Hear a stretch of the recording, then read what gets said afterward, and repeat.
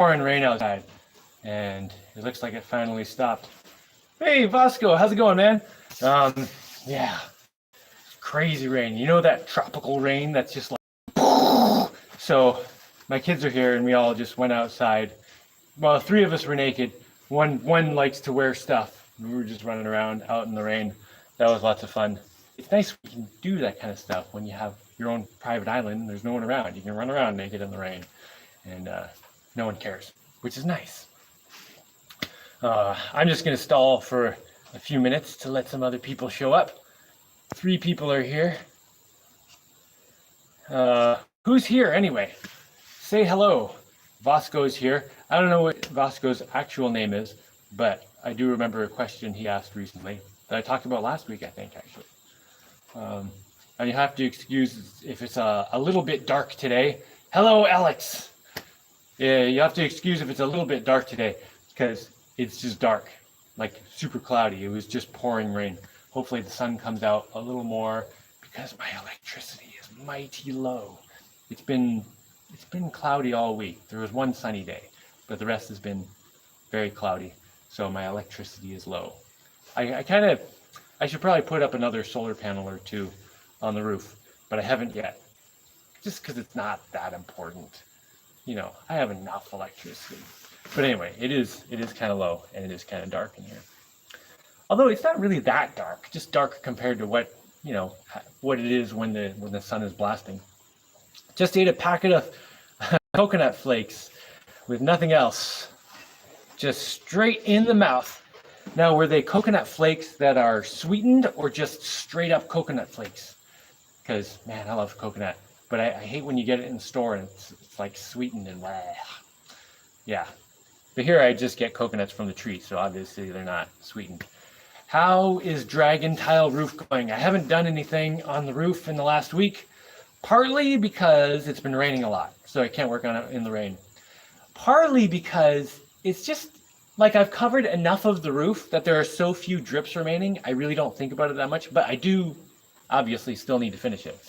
But yeah, I mean, it's not any huge rush. I'll get it done whenever I get it done, whenever the weather's right. Maybe this afternoon it'll be cloudy but not raining, and I'll be able to go up on the roof and do some of it. I have been working on something else though, and I'll show that in a little bit. First, I'm going to talk about some fancy stuff. I've been watching your videos since the days you put the concrete dome over the spring in Vermont. Oh man, I remember that. That was an awesome dome. I bet it's still standing. I don't actually know, but I bet it's still standing. Hi Jaimie, I'm busy studying for my final exams. What advice you got for me? Final exams, man. I don't know. Well, when I went to school, I'm probably not the best example. I didn't really attend classes or pay attention at all. And then I would just kind of show up to the final exams, and often I would just go in with no studying at all and just kind of figure it out because my brain works in a way that I can do that, I guess. But then when there were things like, I remember there was an art history exam that I had to do where I had to memorize all this stuff, like dates of paintings and who did the paintings and all this stuff. And like, I knew a bit about art history, but not enough to know like the dates. The dates was the really tough one. The actual artist, I kind of knew a lot of those. But what I did was they had like 300 like slides that you could go look at, and any dozen of them would be on the final exam, and you'd have to know the date and the artist. So I looked through all 300 like the day before the exam. Everything else, like any essay questions, I just kind of make stuff up and try to make it interesting for the person reading it, and then I always do fine on that. But like anything where you have to memorize, so I always have to like study before. So so the day before the final exam, and I had not attended class all year as usual, or all semester, I went in and looked at this thing of 300 slides, and I went through each slide and spent maybe 30 seconds, 30 seconds per slide, maybe not even that much. And I just used mnemonic devices. So I would look at a painting, and it has the date and the name of the person under it. and if the date was like 1647 or something. Although you didn't have to get the dates exact, but I would get the year exact, because I would say, okay, 1647, somewhere in this painting, there's a 1647, and I'd find like a table leg that's like a 1, and then beside it, some guy in a part of a pot makes like a 6, and I just find the numbers, and just doing that in my head, I could go through the entire set of 300 things once. And then I could come back and look at any one painting and be like, what the? All right, somewhere in here there's a number and then my brain would just be like, oh yeah, here's the table leg, and then this guy with a thing. Okay, that's 16, and then the 47, and I would just do it all at once like that. And then, funny thing is, I would remember it for years. And that's just kind of a memory trick. And memorizing things is one of the least useful things I think I learned in school. How to, I guess it's not really that useful in real life. If you need to remember something, you just write it down, And if there's anything really important, it's not going to be like a huge list of stuff. It's going to be like specific, like I don't know, easier things to remember. Anyway, okay, let me get into my morning monologue here. What do you miss the most about Vermont? Actually, there is one thing I miss about Vermont, which is the water. There was a fresh spring water on my property in Vermont. Best tasting water I've ever had anywhere. Oh, it was amazing. I called the hill where the water came from, I presume it came down this hill, like underground. I called it the Sweet Hills because the water came out and it tasted kind of sweet. Not like sugary, but I don't know. It was the water tasted really good. And the water here is good too. It's just rainwater though. It's not like, I don't know, whatever was in that dirt that the water was running through. Oh man, the water was amazing in Vermont. I try to wait for tomatoes. Well, we can give tomatoes another minute. How much is Portland cement there to buy? Right now it's about $10 a bag. Actually, it's been about $10 a bag for quite some time. And I mean, it was like $9. It just kind of hovers around $10. So $10 for a 92 or 94 pound bag, just the standard bag. Okay, what am I going to talk about today? I'm going to start going on my little monologue here. Oh, maybe I should show you my new shirt first. It says, forget the rules, which I abbreviated to F, and do what's right. And then I signed it, of course. I just made a stencil of this morning. Because that refers to something that keeps coming up in these live podcasts, whatever you call these things, getting off the rules-based society and getting onto a morality-based society. I was just laying in bed this morning thinking that can be summed up by just F the rules, do what's right. So I made a stencil and put it on my shirt. And actually this shirt, I originally painted the adventure builder symbol on it like 15 years ago. This is one of my oldest ones. So it got a little bit of an upgrade. Yeah, I like it. Anyway, okay, so last week I was talking about how I helped my friend get his internet set up. And I was very excited that it was working. Turns out he had another problem, but it was one of those intermittent problems. You know those intermittent problems where like you're driving your car and it makes this horrible noise, like, and then you go to the mechanic and you're like, it's making a horrible noise. And he's like, okay, let's hear it. And you turn the car on, he gets in, you drive around for 5 minutes and everything sounds perfect. And you're just like, oh, come on, man, come on. And then, you drop off the mechanic and he's like, well, sounds fine to me. And then you drive away and it's like, and you're like, wait. So he was having one of these types of problems where we got it all set up. His internet was working perfect. And this is a guy who's moving here and he's a good guy. I like him. I hope he stays. It looks like he's doing good. But he needs the internet to work, right? So it's kind of important because, his job is online and he's kind of relying on that to be able to be here. Anyway, so we got the internet working, just re-aimed his antenna and did some stuff. And he told me, there's this other problem. And I'm just like, yeah, just let me know when, like when the other problem happens, that we can't address it until it happens again. So eventually the problem happened again. So he comes over, he's just like totally flustered. He's like, the internet is just totally not working. It's just not working at all. I've done everything I can, blah. And, he's also not slept at this point. He's in a new environment. So he's kind of a little bit out of his mind. So I give him a bit of a pass on a lot of the stuff, but he was just like out of his mind. So I'm like, all right, calm down. Let's go over there and check it out. So we go, and I'm over there for like 4 hours. And we track down the internet problem to something between his one laptop and the router. And the weird thing is, like, a tablet connects and a phone connects. Like, it seems like Linux and Android could connect to this stinking router, but Windows couldn't connect. And somewhere there was a problem with either the Windows or the router settings conflicting with Windows or something, right? So we got to track down to that. But then for like hours, we couldn't get anywhere. And it was kind of because like he was getting so flustered and jumping ahead and just being like, if I can't get this to work, I have to leave. I'm going to have to get tickets and I'm going to have to, and he started planning the failure, the exit strategy, what to do when it fails. And I kept being like, whoa, just take a breath, just slow down, just calm down.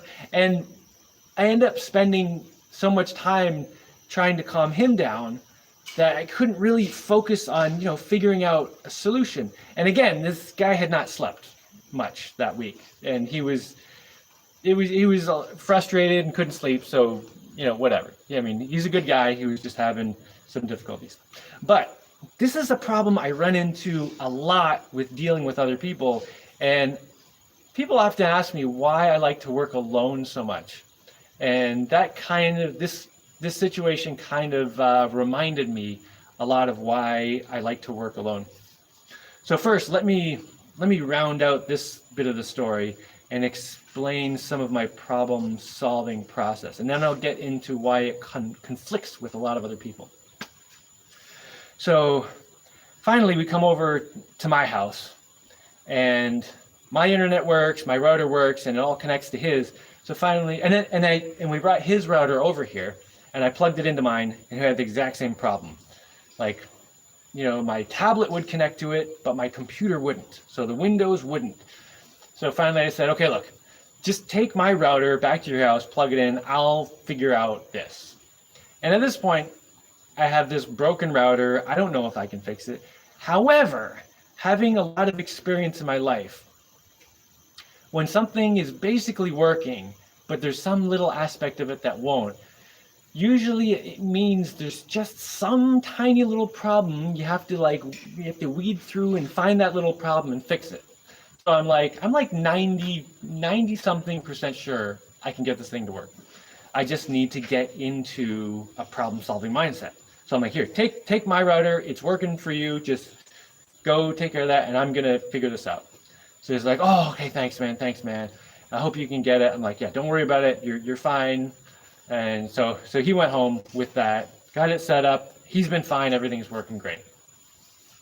So then I sat down with this non-working internet router that my tablet can connect to, but my computer can't. And once I was by myself, I could get into this better sort of problem-solving mindset where I don't worry about if I'm going to be able to succeed. I don't worry about whether I'm going to be able to fail. Like, the finish line isn't a thing. It's totally unimportant. It doesn't matter what's happened in the past. It's just, what can I do right now to solve this? Because usually when I'm with other people, they're just going all over the place. It's like, oh, what if we can't get it? Oh, but if we can, it'll be amazing. Oh, and Thursday night I've got dinner, and it's just like just going all over the place. But when I'm by myself, I can be like, turn everything down to zero. Like, just zero out everything and just get in this neutral mindset where nothing is happening. And then it's like build up build up the problem solving just one little piece at a time. So, okay, I've got this thing that doesn't work. Let me start checking different pieces of it. Does this work? Does this work? Does this work? Finally, I'll fast forward a little bit. I got to the point where I was like, okay, Windows, open a command prompt and see if you're even connected to this router. So I typed ipconfig. So, internet protocol configuration. You can open a command prompt and type in ipconfig, and then it'll give you a list of a whole bunch of crap, including the IP address settings for the router. So I got those IP address settings for the router out of that, which meant the computer is connected to it. It's just for some reason there's a problem. And the IP addresses in a local area network. Now I'm going to go into a little bit of a nerd hole, so just close your ears if you don't feel like it. But in a local area network, your IP address is generally 192.168 and then 2 other numbers. It's just kind of like the standard setting for a local area network. But this thing had some like 10.224, some other numbers that I'd never seen before on a local area network, and I was like, oh, well, maybe that's the problem. So I went and I'd asked this guy who I got the router from if he'd ever reset the router, and he said yes. But it turns out the next day I asked him again, and he was like, yeah, I reset it. And I was like, how did you reset it? It's like I pushed the reset button. I was like, you just pushed it like that? And he's like, yeah. I was like, that's not how you reset it. So he didn't actually reset it. So I had to erase some of the information that I previously had. Okay, it has not been reset. So I reset the thing, and then typed ipconfig again, and then 192.168, all the familiar, correct-looking numbers came up. So I went through the rest of the settings, put the password, whatever, and it totally worked. So the whole thing just came down to an attitude of solving the problem rather than worrying about the problem or freaking out or thinking about the consequences of if it gets solved or it doesn't get solved. Like once you're in that mindset, when you're just thinking about all the things other than solving the problem, you can spend endless hours getting nowhere. But once you can get rid of all that stuff and just focus on the individual pieces of the problem and go through it step by step and have that attitude of I'm solving the problem. That's all I'm doing right now. Then that's when you really make progress. And I think that's a skill that is not taught in school very well. In school, we're taught to look at the finish line too much. And I keep using this metaphor of the finish line because one of the big events in my life that this skill was, running track and field. I have a lot of lessons from that, where I learned that if I'm thinking about the finish line, I'm not going to run as well as if I think about every step, like wherever I am on the track during the race. If I think about right where I am and I'm totally present, I can run faster than if I'm thinking about the finish line, or if I'm thinking about the people behind me or the people ahead of me or the time or just all this other stuff. If I'm just focused on what I'm doing, I always get much better results. And I've told this story about a particular race once that really gave me a lesson where I realized often when there's a problem, it seems like there's no solution, but if you just go through the necessary steps, you can find a solution. I made a whole video about this at one point. I think it was called Tales of Jaimie, My Hardest Race or something like that. And I'll just sum it up real quickly in like 20 seconds. Like one of my teammates told me about this guy who was way faster than me that I wouldn't be able to beat at the end of the year at the big championship. So I put myself in this mental state where I was like, okay, let me suspend disbelief. Obviously I can't beat this guy because he's so much faster than me. Let me just suspend disbelief and do everything right now that I would have to do to be able to succeed and win the race. And I just kept doing that every day and working just insanely hard, just focused on where I am. And then when I finally got to the end of the year, I won the race, and it was great. And that understanding of how a problem works and how you can approach it and just go one step at a time and keep solving things led to things like, digging a road, a mile and a half of road through the mountains in Vermont, or building my house, or building this house. There is an event that I haven't spoken about that happened before that track and field thing. And I've probably mentioned this at some point, but I think I haven't talked about it in a long time or in detail. So I'm going to tell you that story now. And this is the first time that I'm aware of, there might have been some other time I'm not thinking of, but this is the earliest time in my life that stands out in my mind where I solved a seemingly unsolvable problem and realized just the power of step-by-step solving a problem. So this happened when I was 12, and I was building something. Now, I'd been building things for years. I got my hands on a little electric motor when I was 5 years old and started making like little Lego cars and walking things. And then I got to the point where the Lego wasn't sufficient for me anymore. I started cutting Lego pieces up and melting them together with a lighter, which I don't recommend doing, but whatever. I gotta build stuff. I gotta build. So I'd had a fair amount of experience building things and like machines and stuff. And I was sitting there with my dad and my family. I was at my dad's house, and something came on TV. We were hanging out watching TV, and a thing came on TV where these people were trying to build this bipedal walking robot, this two-legged walking robot. And they were having all this difficulty, and they couldn't do it, and the thing was falling over. And I said, I could do that. And I'm 12 at the time. And my dad looks over and he's like, yeah, sure you can. And I'm like, no, I can do that. All right, just quit it. Just don't even bother. Just like basically shut up, you stupid 12-year-old. You don't know what the hell you're talking about. And so I was like, inside my mind, I was like, I accept this challenge. And the funny thing is, when I actually did make it, I never showed my dad.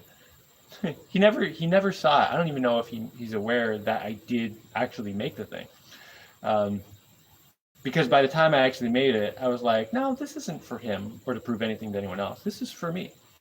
Anyway, so I'm like 12, and I've built a bunch of stuff, but I'm trying to figure out how to build this two-legged robot. And I've been told I can't do it. It's impossible. And I'm thinking, this is probably going to be kind of hard. Like, I'm not sure if I can do this. But I thought, okay, well, let me just give it a real try. Let me not worry about whether I'm going to succeed or not. That's all unimportant. Let me just do the steps and see where I get. So I came up with a plan. At this point, I always did everything in my head. So, I spent like a couple days just thinking about plans in my head and exactly how to build it. And I didn't have access to a lot of tools. I did have a drill bit, one drill bit. It was might have been an 1/8" drill bit. Whatever it was, it fit. It was like the same diameter as the coat hangers that were in the front closet at my mom's house, which she was super excited about. Where the hell are all my coat hangers? Oh, when she finally found out where they were all going, she wasn't too upset because she saw that I was actually, doing some cool stuff with them. But for a while, she was like, where are all my coat hangers going? Anyway, so I had one drill bit that fit the coat hangers in the front closet. So I could take a coat hanger, and I had some pliers, and I could cut the coat hanger into little axles, like sticks, And I also had popsicle sticks and glue. And I had broken toys and stuff. So I took that drill bit and I mounted a gear on it, just like a plastic gear. And I did that by drilling out the gear with the drill bit just by hand with the pliers, which took a while, but I got it nice and straight.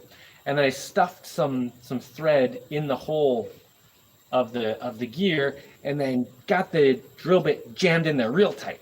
So now when you turn the gear, the drill bit turns, right? So I used that. I could drill holes a little more easily by holding the gear. I drilled some holes and mounted that drill on with the gear on it. And then I mounted another gear next to it with one of these coat hanger sticks going through, and another gear next to that to gear it down. And then I put a motor. I had this 3-volt motor. I had access to little motors because I had broken toys. They're usually like 2 to 5 volt motors, just these little motor things.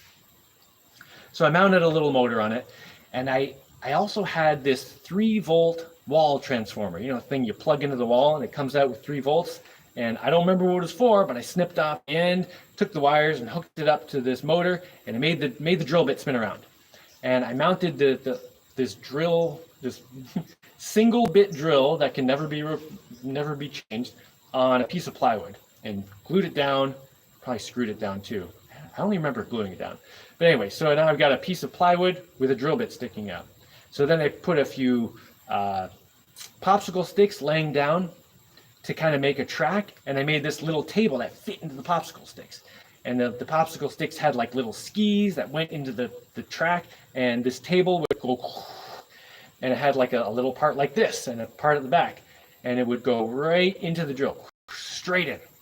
And if I this part was at the right height, where if I laid popsicle sticks here and pushed it into the drill bit, it would drill a hole right into the center of the popsicle stick, like the center this way, not this way, because this way I could move it to drill the holes wherever. So I made this little thing where I could drill holes in popsicle sticks centered anywhere along the popsicle stick. And I had this whole thing in my head of like a list, and I started writing down the list of how many popsicle sticks I needed with how many holes in which places. And I spent like 2 weeks like drilling all these holes, like just hundreds of holes with this drill bit. I don't know how the thing didn't get dull. It also didn't go that fast. It just, it wasn't a high powered thing or anything. It just had this little motor. I sat there. I must have looked like a lunatic. My brother and sister were just like, oh, Jaimie's doing this weird stuff again. So I was just like, just in the basement, drilling holes in these popsicle sticks where I'd written down and put little marks. And then I started putting this thing together with cut up pieces of coat hanger and popsicle sticks and gluing it together in this thing. And for people who've seen my movie I made like 8 months ago, I put it out, I think, the Adventure Builder movie. I have a quick shot of the thing I'm talking about that I built. It's this 2-legged popsicle stick thing. Anyway, I put it all together, having no clue if it was actually going to work. It's just like in my head, this thing is going to work. And I've done all the steps. And as I was going, I just focused on each hole, making sure I did each piece right. I didn't worry about the big picture how it was all going to go together. It's just every piece, I just got to do every piece right as I'm going. And I got to the end, started gluing it all together and put it all together and added my little motors and stuff. And the way it was supposed to work is it's got 2 legs that like can walk, and then it's got feet that rotate. So if it's standing on 1 foot, it can rotate that foot, and it'll steer that way, right? And then it's also got this part that makes it so it can lean. So it can lean over, pick up this foot, then lean over, pick up this foot. Supposedly, this is what it's supposed to do. So I got the thing all together. And I hooked up my little controller, which was just a thing with a bunch of switches and some batteries. It's all like just kind of like taped together and just kind of jammed together. And I did the switch to lean it over to one side. Ooh, it did it. And then I did the next switch to take a step, and it took a step. And I was like, what? And then it leaned over to the other side and it took a step and went and fell over. And I was like, oh, no, I almost got it. So, okay, let's go. So I made a few little adjustments. Like there was just a piece that was, basically it just needed to be a little bit more reinforced. So, I spent a day cutting, like drilling a few more popsicle sticks and cutting them and stuff and gluing it together and making the legs stronger. And then I connected the thing and I turned it on and took one step, leaned over, took another step, leaned over. And I was like, oh my gosh. And I realized 2 things at this point. One, whoa, I'm really good at making stuff. That's awesome. Which was really awesome because I also love making stuff. It's really cool when you realize that something you love doing is also something you're good at. That's really cool. And then the other thing that I realized is that you don't have to know that you can succeed at something. Like, you don't have to see the path all the way to the end to be able to do something. Like, to achieve a goal, you don't have to know how to do it all. You don't have to know that you can do it all. And this is something they don't teach us in school. Like, in school, they would always teach us to have the answer. You got to have the answer. Come on, have the answer. Here's a test. Here, there's definite answers. You got to have the answer. If you don't have the answer, you're wrong. And this taught me that you don't have to have the answers. You can start going without the answers. Figure out the answers as you go. And actually, this comes to the question that whoever it was asked me, I don't know, 20 minutes ago, about studying for exams. I would go into this exams not knowing the exams, and I would often derive the answers from the questions in the exam. So if you're ever in your exam and there's a question you don't know the answer to, and you're just like, I totally don't know this, look at all the other questions, read through the whole exam, because often in questions there will be answers to other questions, just kind of like implied things. And if you can, just put it all together, you're like, oh, okay. In question 1, it asks why Timmy was upset. Question 4 tells you that Timmy's car broke, and it's like, oh, that's probably why Timmy was upset. That kind of thing. Anyway, so that was a huge lesson for me, that of just learning how to make a plan, not necessarily knowing if it's going to work, and not even necessarily knowing if I can do all the pieces. Because when I first came up with the design for this walking machine, I didn't even have a way to drill holes, but I was like, okay, let's just presume that I'm going to be able to figure out how to drill these holes. So let's design it based on the idea that I can drill these holes. And so I, came up with the whole design, got the whole big picture, and then I zoom into each piece and do every piece as I go. And the first piece was, I have to be able to drill holes. So I made this little tiny popsicle stick drill press. And every time I did something new, it was like, okay, another piece of the puzzle. And you don't have to have all the pieces of the puzzle. You make them as you go, and that's how you can solve things that seem like they're unsolvable. And once I got that popsicle stick machine working, I made another one that's all evidence of that. No, not all evidence of it is gone. But the second one I made, like, leaned sideways and forward and backwards, and it was really good. It only walked on flat surfaces. Like, I wasn't making anything that was like, had a computer brain that could run across rubble or anything. It would just walk on a flat surface, but it would do it really, really well. And I took both of those to a science and engineering fair one year, and they were on the news. So maybe at some point I can track down that news. I think it was CKOC in Hamilton, Ontario, but it was like years ago at the Mohawk Science and Engineering Fair. It doesn't matter. Anyway, I actually, when I was making my movie, the Adventure Builder movie, I tried to track down that news footage, but I didn't try too hard. But I did talk to a guy who was there at the Science and Engineering Fair, and he told me what news company was there at the time, so I could probably go to them and ask them about that year, and if they have it, maybe I'd have to buy it. I don't know. But anyway, it exists. But that's not the important thing. The important thing was just learning that lesson about how to achieve a goal. Like, make your goal. The only thing you really have to know is if you'll probably be able to do each step.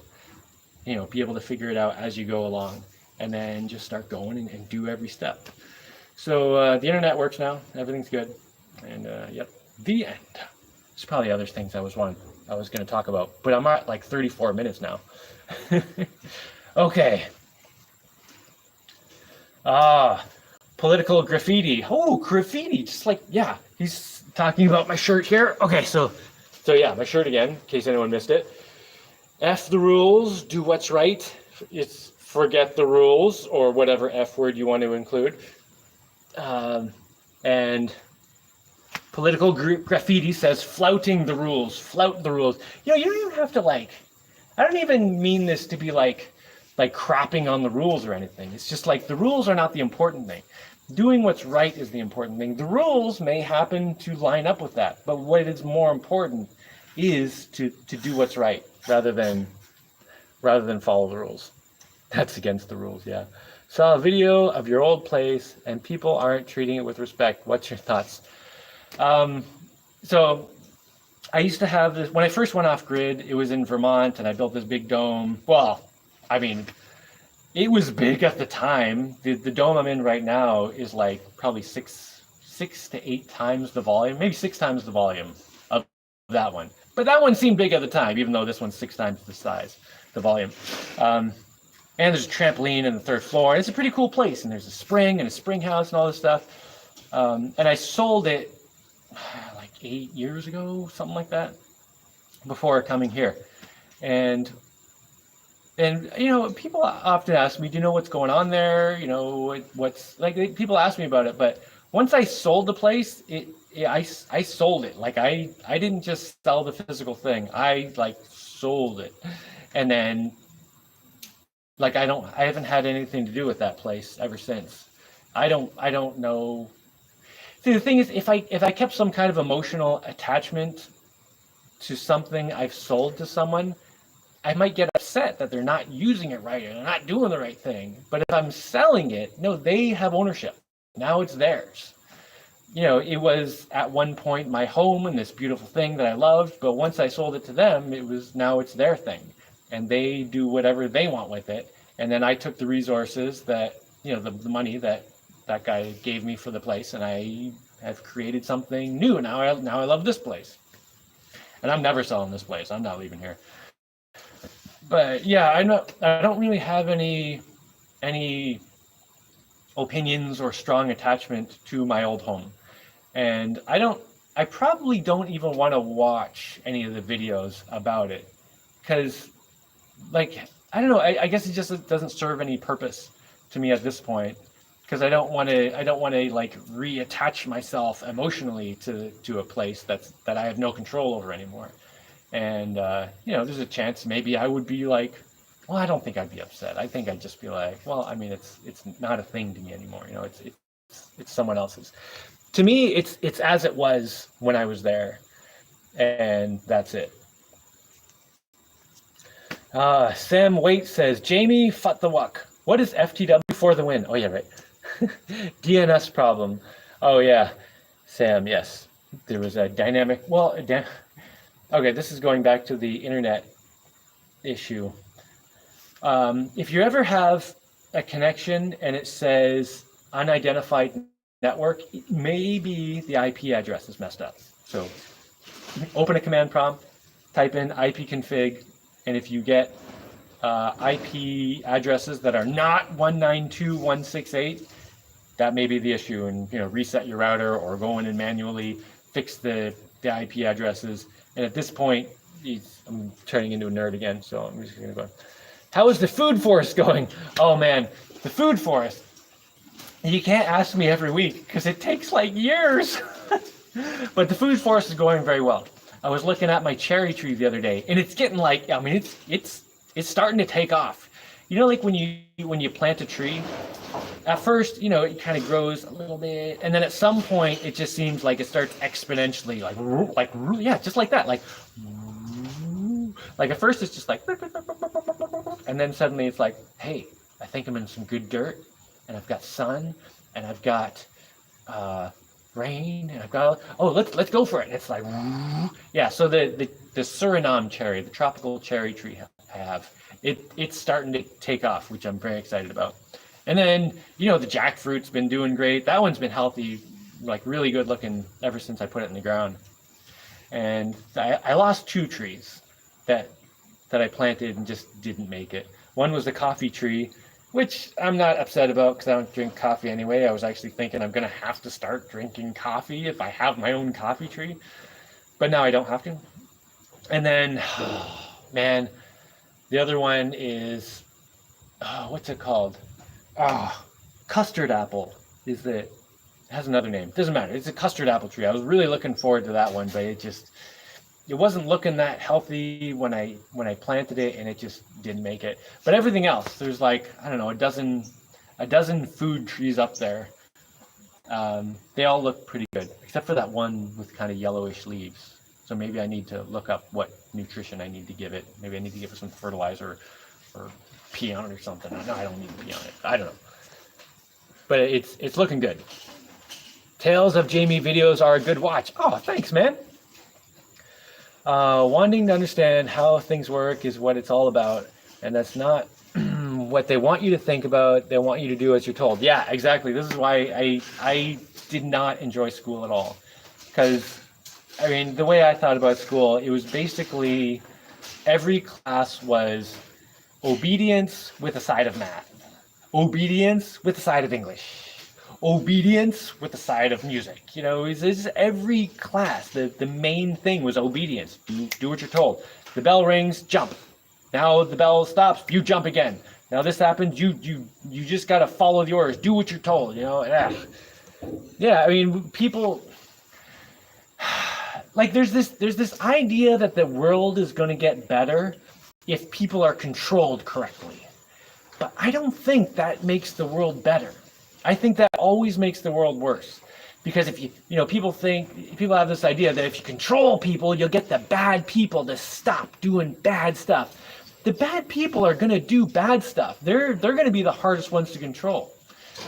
The easiest people to control are going to be the ones who are trying to cooperate, except the ones who are like, I guess like me, who are just like, no, that's not correct. I will not do the rules. I will do what's right.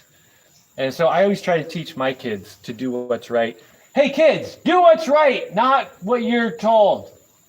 What if what's right? Oh, if what you're told is right, then do both. Anyway, yeah, it's like, schools are just designed today to make us, to crush our imaginations and crush our spirits and just make you work these 9-to-5 boring jobs to make it easy to control the world.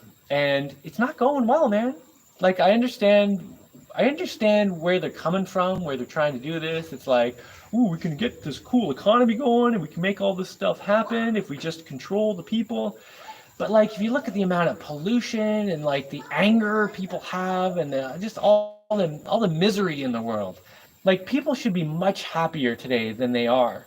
Because you look back through history, and the amount of luxury we have in our lives today is astounding compared to like any other time in history. So people should theoretically feel like they have so much in terms of that, but they don't, because people are just frustrated because we're locked in these cages. We're told what to do, and people are frustrated all the time, and people are getting more frustrated. And I'm just waiting for it to crack.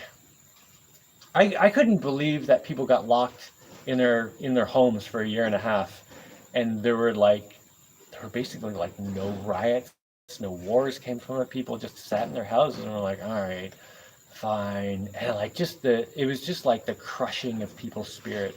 Man, we gotta get our spirits back, They make plastic welders now. I actually used a plastic welder. I have a friend who I was renovating a house with him, and he wanted to make this. He called it a submarine bathroom. He wanted to make a bathroom that was a completely contained, like, plastic room, so you could get water everywhere. And it didn't matter, like it all went into the drain. And I love this guy. He was kind of crazy. He came up with these silly ideas, and then he'd always ask me to do it, which was always fun. So he got all the plastic sheets and got all this plastic welder, and then we spent a couple days, getting everything fit, and then plastic welding the whole thing until like there were only two ways in and out of this bathroom. One with like the door, which we made kind of like a submarine door, so you could even splash it and water would just come back in, and then there was a window. Other than that, and then the drain, but you can't fit in the drain, but all the water went out the drain. Oh, and then the sink drain, fine, and the toilet drain. Okay, there were like 5 ways in and out of this room. Anyway, but it was all plastic thing. It was kind of cool. Is anyone else feed pixelated? Oh no. How's my connection? I don't really know.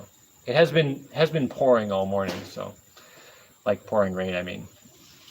I really appreciate that ladder repair video and your explanation of how you do work for many generations into the future. Oh, me too. I'm glad you like that. Yeah, I think that's another really important thing that we're just not taught in school. Like, like the way we're taught is just throw everything out because that keeps the economy going, which is just the dumbest thing. Like just the dumbest, like to organize our lives based on some numbers in it's such a destructive, wasteful thing. But yeah, if there's something that is going to the garbage that can totally be restored and have tons of use, yeah, do it. That's great, man. Take stuff out of the garbage, reverse the garbage flow. Take the garbage, turn it back into useful things. And now that ladder is going to last me probably the rest of my life, as long as I don't destroy it. And yeah, that definitely comes down to doing things for future generations. Yeah, think about the future. Potato for sure. I don't know what he's talking about. Yes, he is moving his hands too much, I think. Hey, tomatoes! Yeah, so Deshana informed me of this.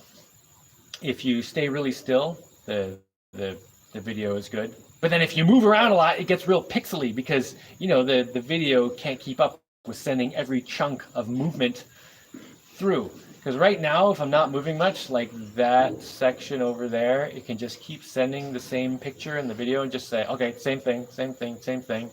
And all this, it can be like same thing, same thing, same thing. And it just has to be like, okay, let's send a new mouth. Let's send a new this area. But if you're moving over the screen a lot, then it's trying to send new frames, new pixels for everything. And, it can't keep up. So I think everything's good. Dude, I thought you were making cool stuff, not weird stuff. Oh yeah, there's my brother. Yeah, I was talking about earlier, I said, yeah, probably our sister thought I was making weird stuff. She definitely thought I was a weirdo. But my brother thought I was making cool stuff when I was making little robot things. One of my favorite experiences when I was a kid, I think this was when it was about the same time that I was talking about the making of the robot thing. I had previously made this little spider robot. And it was like an 8-legged spider, and it drove basically like a tank. Like one side legs would go forward, the other side legs go forward, and there was 2 controls.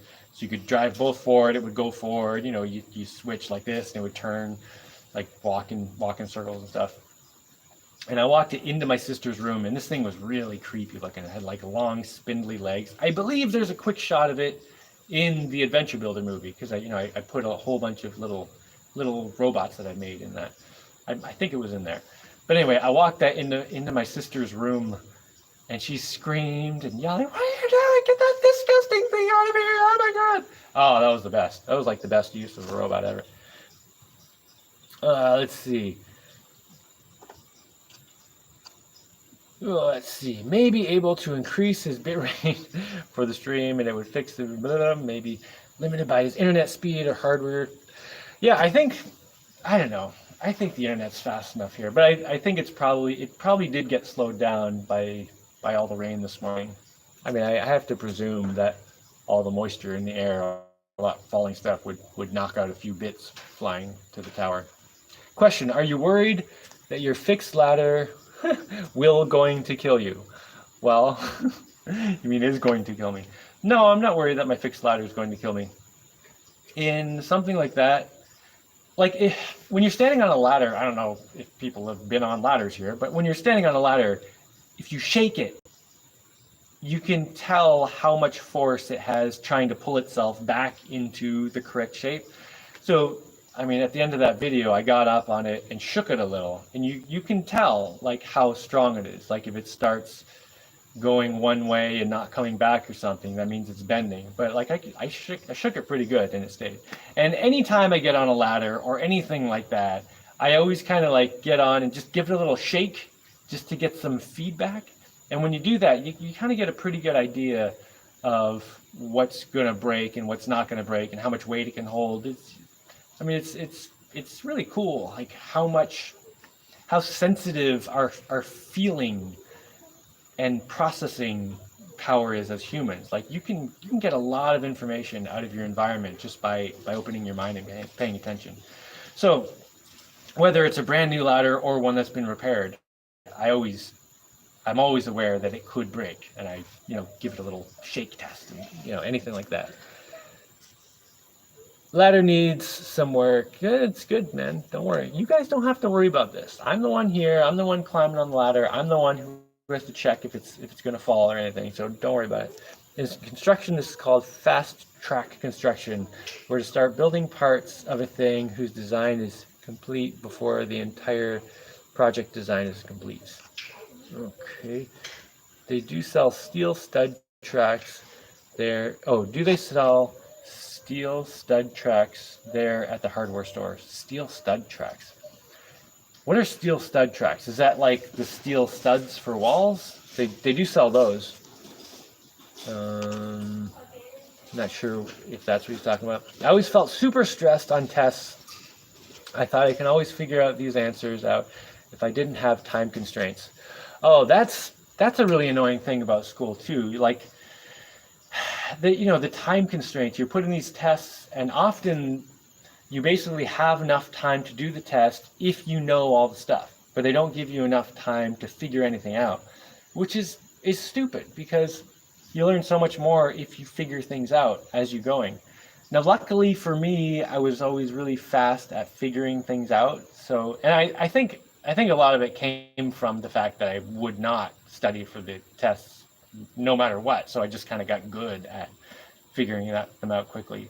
But like in real life, I find it much more valuable to take my time, put aside any time constraints. Don't worry about that, and just say I've got all the time I need to figure this out. Don't worry about the time, and just figure it out. And then I figure out things much more quickly. Like I was saying about, running a race. When you think about the time and the finish line, you end up going slower than if you just focus on what you're doing. And it's maybe a little counterintuitive. Like a lot of people think, no, you got to think about your time and how fast it's going to be so you can make sure it's fast. They're like, no, don't worry about how fast it's going to be. Just do your best at any point. That's going to give you the fastest result. I appreciate the value you bring to my family. Oh, thanks, man. Man, that is great to hear. It's really nice to know that, I mean, like I do these videos to try to bring some kind of value to the world. And yeah, I make a little bit of money off them, but that's obviously not why I'm doing them. If I was trying to make money off the videos, I'd just do more like people getting hurt in their testicles videos. People always click on those. I don't know why that's such a big thing. Like skateboarding down a thing and you fall and ow, my ball. Like what? Anyway, it's good to know that it's working. In software development, this is often called modular development, where you need a module to do a thing, so you build it, and then it becomes part of the much larger whole.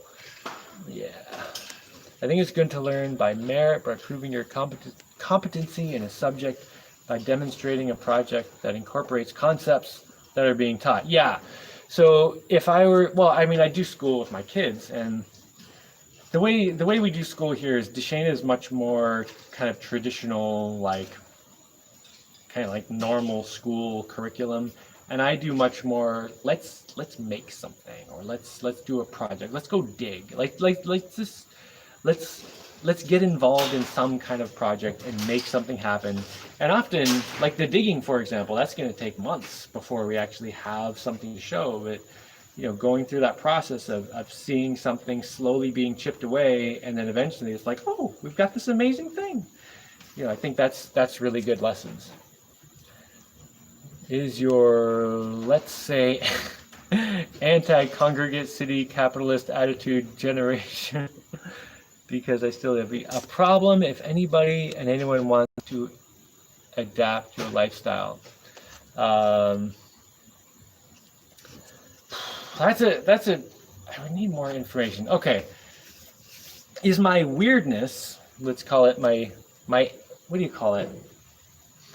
My anti-conformist. That's what it really comes down to. Is my anti-conformist attitude a problem if anyone wants to adapt your lifestyle, adopt it? No, I think, well, I think you kind of have to be anti-conformist to live the kind of lifestyle I do. Like that's just kind of part of it. I don't think it's a problem. But if someone is more into living, like if someone wants to live in the city and that's just what they decided to do, I'm sure that person could still take pieces of things I do and incorporate that into whatever they're doing. And you always kind of do that. Like I've come across people who are doing things that I don't really agree with, but then I'll be like, oh, but this thing, I like what they're doing here. And I'll be like, yeah, I'm gonna take the lesson from that and skip all this other stuff. So if someone watches my videos and they're taking little lessons, pieces here and there that somehow benefit them, and they're disregarding a whole bunch of other stuff, that's fine. Murph. Hey Murph, what's up? You realize that schools today are changing to not crush creativity, as they now know they need creativity for software developers. But this change takes time. Institutional momentum is its own topic. Yeah, we could have a whole huge discussion about schools and what they're doing. Man, let's just skip that. Dude, why did Deshaina sabotage your channel? Okay, maybe we should talk about that a little. Deshaina did not sabotage my channel. She's different than me. I mean, that's something we've known all our lives. We are very different. And that's just part of who we are. We're different, and every once in a while I'll try to do something where I work with Deshaina on something, and it often blows up in my face. But every once in a while it turns out, oh hey, we can actually cooperate on this and work together on this, and then that's a really great thing, and it's worth all the frustration of the times things don't work out. So I guess after I started doing my own channel again and I kind of kicked Deshaina off it, a lot of people were like, oh, I got to pick sides, either Jaimie's a jerk or Deshaina's a jerk. But the thing is, like the world is not perfect and relationships are not perfect. Like the world is messy, life is messy. Like things don't always work out. But you just got to do your best and keep going. And the really funny thing is when people do this. So some guy on Facebook messages me and was like, oh, that Deshaina, she's horrible, she sabotaged your channel and messed everything up and blah blah blah.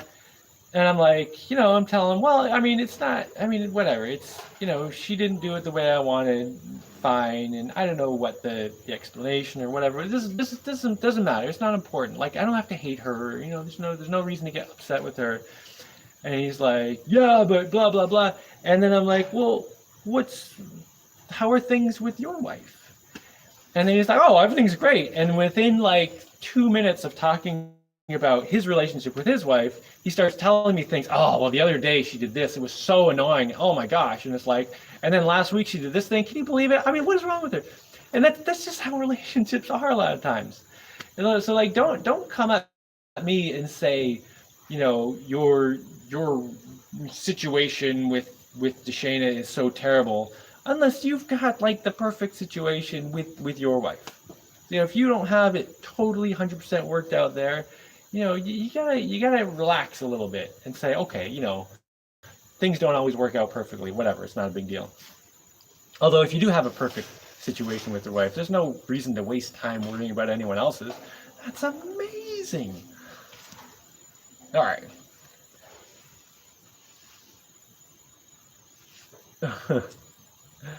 Oh, this is a funny comment. Okay. For a while, I was surprised whenever you would talk about negative comments on your channel. Until the other day when I saw a guy complaining how you mix concrete. Yeah, now you know what I'm talking about.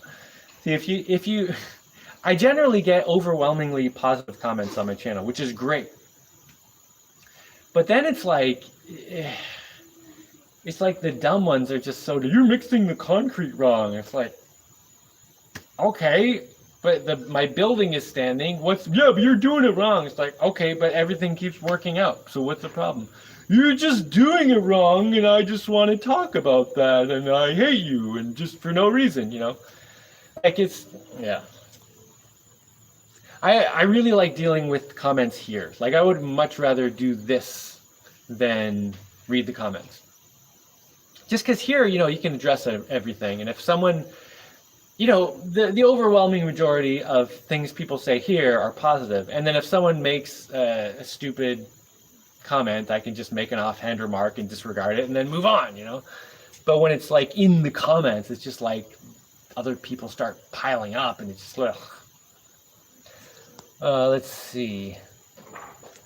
I literally can't understand how people have the energy to complain about something that doesn't even affect them. Yeah, that's actually what bothers me most about all the negative comments. It's not that I feel bad about myself. I always get this feeling like, oh, I just get this image of this person sitting at their computer thinking to themselves, you know what the best thing I could do right now is? The best thing I could do right now is to complain about something that has nothing to do with me and just doesn't matter.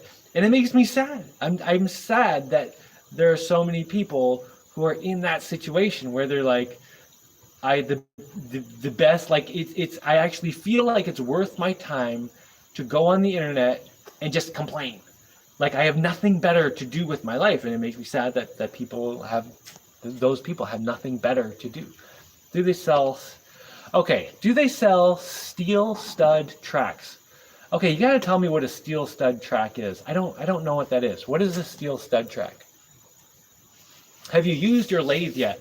Well, I used it years ago. I haven't used it since I set it up here. Wait. Yeah, I haven't used it yet. I've been working on other stuff. I've been working on kitchen things that maybe I can show in a little bit. Okay, Jeff, the steel stud tracks are the top and bottom of the steel stud wall. Oh, can use for aircrete panels, as the stud tracks have no holes, so aircrete or styro aircrete doesn't leak out. Yeah, I don't know. Maybe they do. And you use 2 8-foot and 2 2-foot tracks and make like a picture frame. Yeah, I get it. If you want to make an aircrete thing, you make this steel frame and then pour your aircrete in, and then they probably sell them. I don't know, but I'm not doing that, so I haven't checked. Oh no. Comments. Oh, I'm at the bottom of the comments. Okay, good. Let's see, and Phil. Catching up at 2 times speed. So maybe I should start talking really fast, and then anyone who's watching this at 2 times speed can go crazy. That'd be hilarious. Okay, do you still use 3D printer? I haven't 3D printed anything in a while. The last things I did were propeller blades a few years ago, and since then let me just cut to the chase. Right now I have 2 3D printers that are broken. I'm pretty sure I could make one work if I Frankenstein them both together. But there's a guy who watches my videos who may be sending me one. But he's busy. He's got a lot going on. So we'll see if or when that happens. I mean, it would be great. I hope he sends it. I'm particularly excited because it's one that he manufactured himself, which is super cool. Like I love seeing stuff that people make themselves. I really want to see how it's put together. And that reminds me of something I learned about factories. When I was in China working on the robot toys years ago, they ended up being officially called Attacknids, if anyone wants to look it up. I didn't really like the name that much, and then the marketing was a little bit weird. But the machine itself was really cool. But the point is, I spent a bunch of time in China at factories, and I always had this image in my head of factories being these like sort of inaccessibly complicated things with like machinery that you could never get.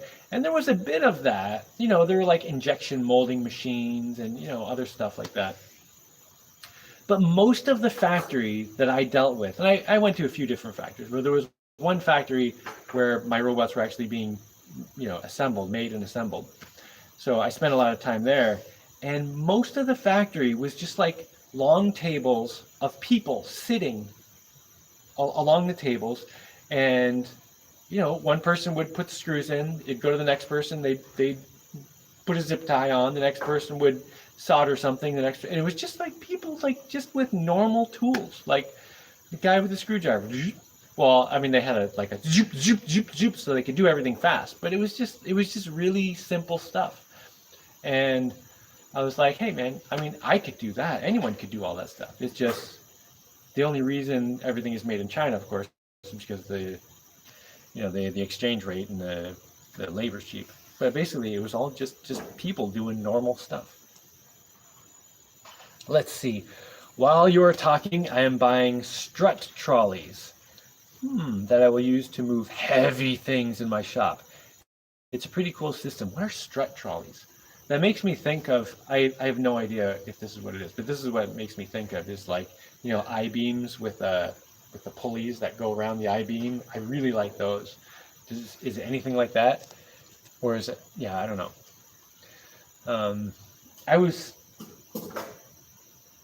I think I'm going to put just caster wheels on a lot of things here that I want to move. Although, for the most part, I don't have to move things that much.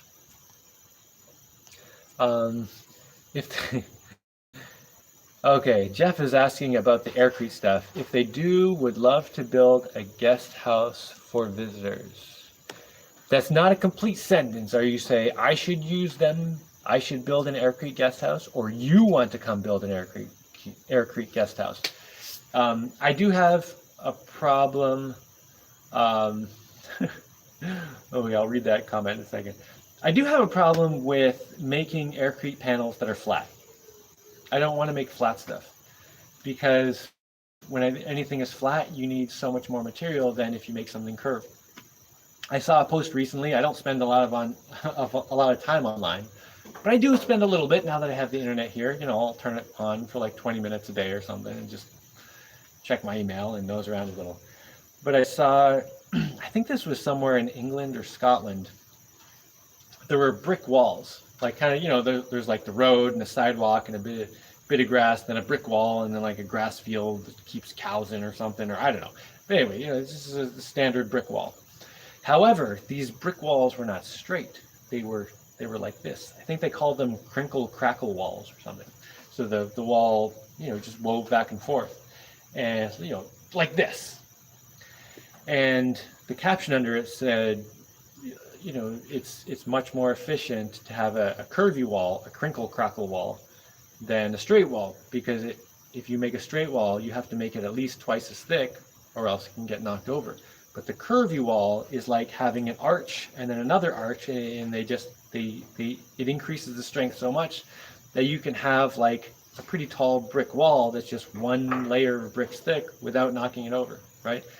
So anytime you can use curved shapes, you'll get something much stronger. And I particularly like to do that when I'm in an off-grid situation, because more work goes into transporting materials than almost anything else. Like the large, I would say most of the work of building this place was getting the materials here. So anytime I can reduce the amount of materials and increase the amount of strength per material, that ends up being a really good investment. So when I build a guest house here, I'm probably going to make curved walls. Not that you can't do that with aircrete. Although the aircrete does seem to come out real soupy. It might be harder to make curved walls, but I mean, you can probably do it. But I do really enjoy the styrocrete, largely because it takes a whole bunch of garbage out of the world. And the styrocrete comes out kind of thick, like it's easy to get it to stay in shapes. I mean, I couldn't just like build it up like a sandcastle or something, but like if I put it on a curved surface, I can get it to conform to the curved surface without falling off, Let's see. You want to come build one? Huh. Jeff.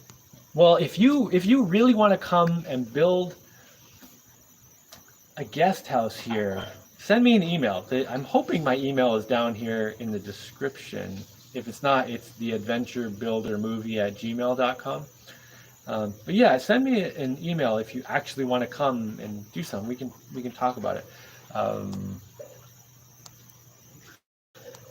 let's see. Question. Whenever I watch you dig, oh, Alex is excellent because he put question in capital marks before question, which is always helpful because it stands out and then lets me know there's a question. Whenever I watch you dig, I never see rocks.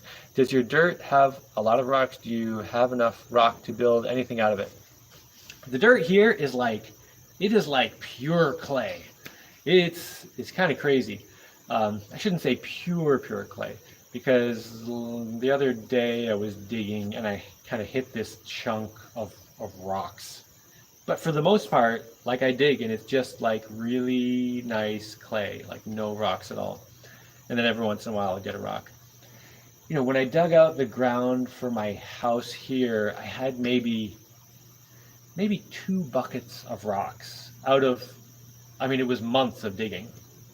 So almost no rocks. Definitely not enough rocks to do much with.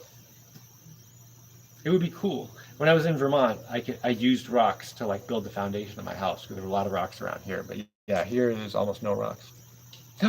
Jaimie, the god of make. Dun, dun, dun, dun. I'm just gonna take that as a massive compliment and not let it go to my head. Let's see. Unistrut, power strut, or super strut. It's a C rail shaped thing that commercial buildings use for hanging things. They also make trolleys for. Okay, like a C-shaped rail, and then it's got like a trolley with like a pulley that hangs here, right? Is that what I'm thinking of? That's what I'm thinking of. Those are pretty cool for moving like really heavy stuff. I used to work for an artist, and we worked with rocks, and they were big, heavy rocks, and they were expensive because they were fancy. They were fancy rocks, like really intricate rocks and stuff. And we had to move them very carefully so we didn't break them. So he had this. This one wasn't a C strut. It was a big I-beam going along the ceiling of his workshop, and then like a thing that kind of clipped on and had rollers, so it could roll down the whole length of the thing. And then it was a big hoist attached to it. That was really cool. And then he also had a crane, so he could actually crane things right outside the side garage door and bring them right in. And yeah, it was a pretty cool setup. It's neat to have that kind of stuff where you can move huge things around. All right, Jeff wants to come build a guest house. Email me, we can talk about it. I was just messing around with the sabotage thing. Go solar dozer. Yes. Well, I mean, a few people have said something about Deshana sabotaging my channel, so I did want to address it. Oh, and everything is totally fine with us. Like Deshana and I, like one of the reasons we decided to have kids together is because we knew we didn't get along with each other, and we also knew that we still like kept each other in our lives because we were useful to each other in a lot of ways. And that way we could have kids and they would have a stable family and not have to worry about us, getting divorced and have some horrible, messy, whatever thing going on. And like I've said before, I don't think it was either of our first choices. We would have liked to have the whole Disney meet the perfect person, live happily ever after. But things don't always work out the way you hope, and this was a good option. So anyway. Let's see. Go solar dozer. Yeah, I want to get the solar dozer over here soon. I've gotten most of my stuff here from Deshana's house. A very kind offer, Jeff. Hi to all from Norway. Hello to Norway. That's Lucas. Could do an octagon-shaped house. That is true. We could do an octagon-shaped house. We can talk about it. What construction have you been working on today, JMO? You rock, dude. Okay, let me show you what I've been working on. Let me just unplug myself. Go mobile. This is gonna get really pixelaty as I'm moving, but I'm gonna go somewhere and hopefully hold this thing still long enough that the pixelation stops. Are there any naked kids in the kitchen? Okay. So here is what I've been working on. Let me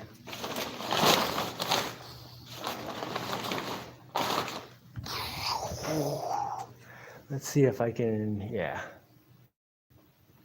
So this is like a kitchen island.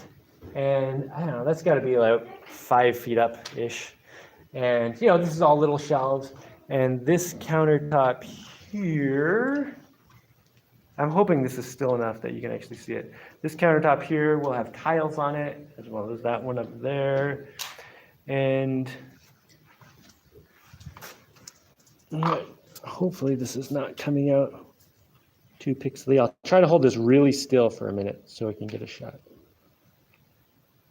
But I've wanted to make this for a while.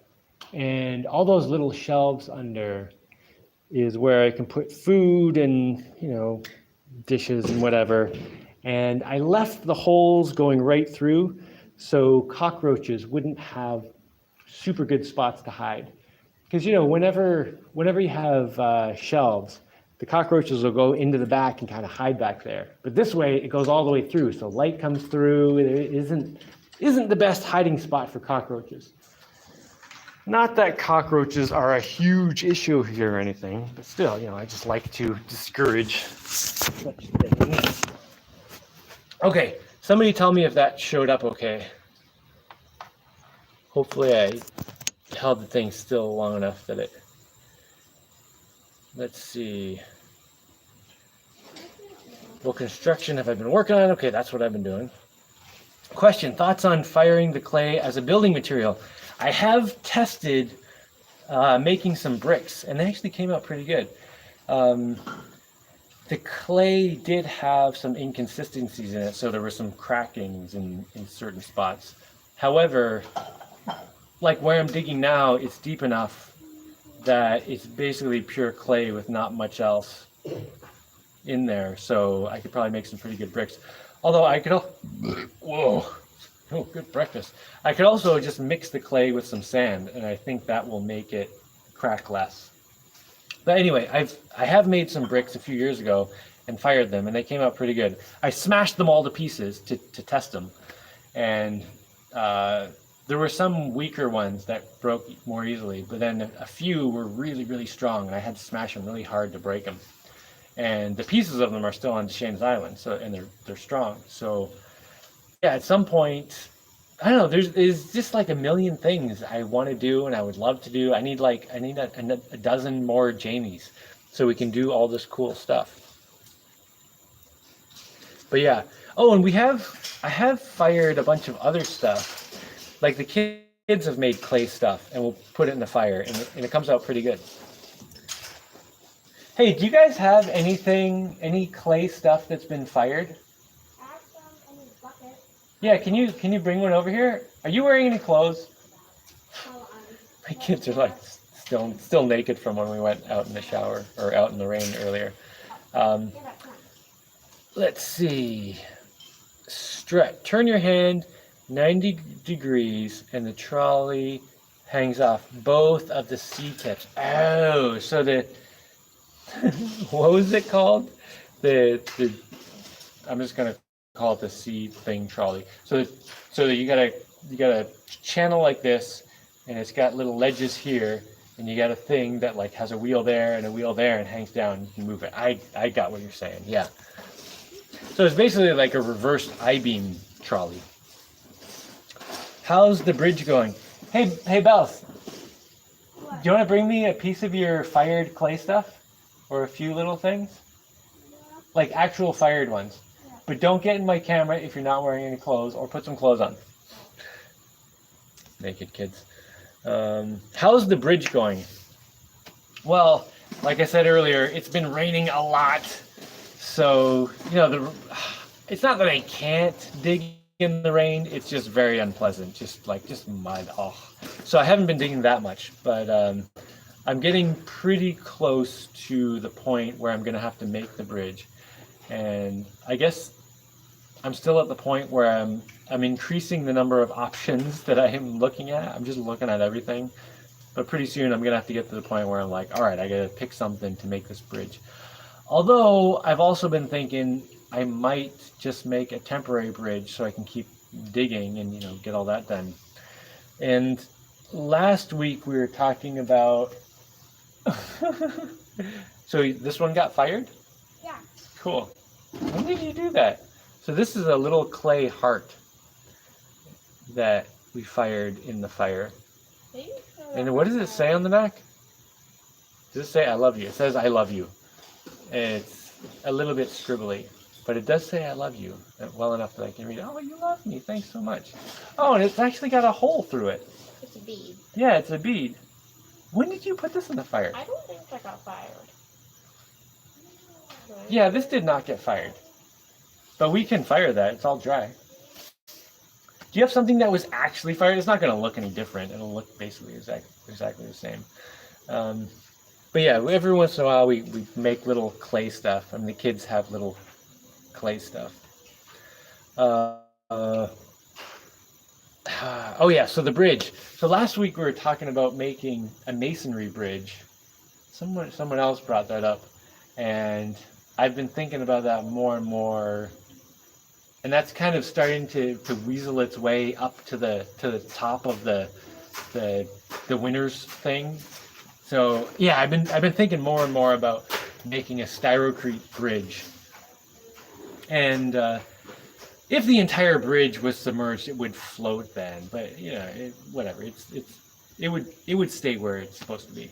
And I've been looking at the spot, and I think I could get a styrocrete bridge to work pretty well, and it would look amazing, like a masonry bridge. Oh, that would be so cool. And I'd have to put a pretty thick layer of concrete on the top, and that actually might be enough to hold the thing down if it did ever get submerged. So but you know, I'd have to have that layer of concrete on top to protect it from, you know, sharp impacts on the top or whatever. But yeah, I'm still considering doing an aluminum bridge, but the masonry bridge is just sounding better and better. Where do you think the line is between having things last forever and having the future generation make things for themselves? Well, I don't think there's a line between those. I think you can have both. I know there's an idea, I mean, the disposable culture's take on this, and this is just crap to get people to buy more disposable stuff, but that take on it is you have to make everything disposable so you can keep making new stuff, because if everything's not disposable, then there's no reason to make new stuff, and you won't advance and you won't progress. Come on, seriously? Really? No, come on. If they make a bridge, if I make a bridge, let's say if I make a bridge that is going to last 1,000 years, yeah, maybe there won't be a new bridge, but that means people won't have to waste their time worrying about making a new bridge. That means they can make spaceships or some other thing. I think a big problem that we have today is that we're kind of getting stuck. We're getting stuck in just repairing and replacing all the junk that's breaking. So we're not being able to put energy into new stuff, like new inventions and things like that, because we're wasting so much of our time dealing with all the broken crap. We're repairing it, figuring out how to get rid of it. So I think the idea that you need stuff to be disposable to be able to make new stuff, it just doesn't make sense. That idea doesn't hold water when you really look at it. Let's see. And like say I have a milling machine, and it's 80 years old, which is where you get the best milling machines, by the way. You buy something that's like brand new, it's not going to be as good as something you get that's like 80 years old. But say I have an 80-year-old milling machine and it's super solid and it does all the right amazing stuff.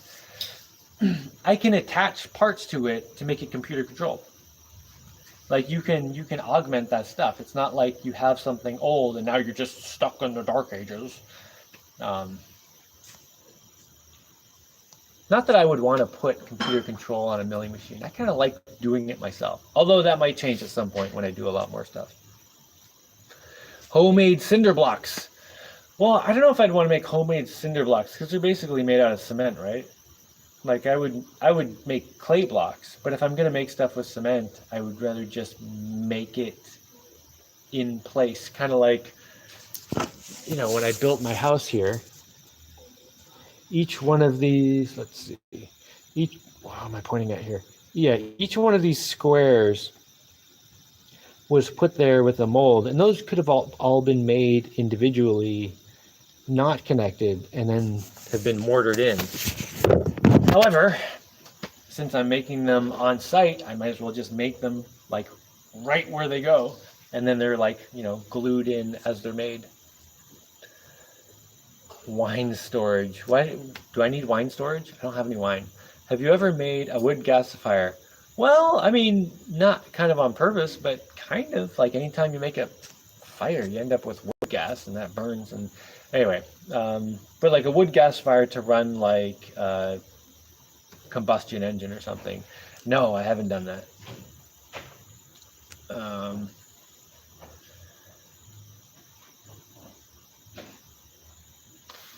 Yeah, I don't know. The wood gasifier thing sounds like a great thing if you have a combustion engine that you need to power. But I don't have any combustion engines. I mean, well, I have one, my chainsaw. Other than that, everything else is electric. And I kind of like doing everything with electricity at the moment because solar panels are pretty cheap, and it's just like this free electricity. All you have to do is wait for the sun to. Of course, now I'm talking during a super cloudy week when I don't have a lot of electricity, but solar panels are amazing. Okay, Tomater says it showed up okay. That's good. I think he's talking about my kitchen thing. I'm really happy with my kitchen thing, and I've been working on that for like, I don't know, like a month and a half or something. When I started making it, I started making the styrocrete panels on a spot in my floor back here, and I was like, all right, I'm just gonna have to take up a chunk of my floor space for maybe 2 weeks and build this thing. But then all this other stuff came up, and it was like a month of not working on it, and it was just taking up a whole bunch of my floor space. But finally I put it together, so now I can get that floor space back and clean up a whole area of my house, which is really nice. And I'm going to rearrange some stuff so that the tools I brought in have the right space and stuff. So yeah, getting that put together was a big thing. I also really wanted to have a good spot for my family to eat, because we had a table that was decent. But this is going to be amazing. I'm going to make some bench seating that puts the kids up high, so the little kids won't jump up and run around and do stuff while they're eating. They'll be kind of like locked in by just height. And then my 2-year-old, I can just sit her on the one counter and put her food at the counter that's higher, so she can kind of be up with everyone else. And then I can be on the tall side, and it's like the right height to eat if I'm standing, because I don't really like to sit. I'm always standing. And I don't know if I've talked about this much, but at one point, my last year of high school, this was like a million years ago now, but I wasn't really attending school much. I had a job, and I was doing a lot of other things. But I decided to try not sitting for a year. Let's see how it would go if I just didn't sit down for a year. And at first it was hard. It was like, man, I'm tired, I want to sit down. But then after a while, I got used to it. And at some point, the idea of sitting down was just like, oh, like to get in my car and drive, it was like, oh, can I do things standing up? And I still kind of have that today. Like, I don't really like to sit down. I like to either be up or like lounging, like laying down. Just the sitting down is kind of weird. Or maybe I'm the weird one. Whatever. Sitting down is weird for me because I'm weird. Fine. Yeah, so it was very clear. Good to get organized. Yeah. How's the fridge going? I haven't done anything on my fridge. Yeah. It's I got the parts over there and over there. It's just kind of hanging out. I need to set up at least one more solar panel before I put a fridge together, or else I won't be able to use it. Preferably like 2 more solar panels. And on a sunny day, I could probably run it right now, but like the last week's been real cloudy, so energy is kind of like, I don't have extra energy to run a fridge. I'm a half Jaimie. Really? Hi from Jaimie number 2. Oh, hello, Jaimie number 2. Brick arches would be very nice. Yeah, brick arches for the bridge would, that's just like a beautiful construction, the brick arches. And I don't really want to build like a solid concrete or a solid masonry bridge because it would just be so heavy. But if I make it out of styrocrete, yeah, I can make it the overall density a little higher than water, and yeah, I wouldn't have to worry about the foundation so much. Let's see. Half of the first floor was a great room facing south. The north half was open kitchen. North of that was the bathroom and utility room. Oh, what is he talking about?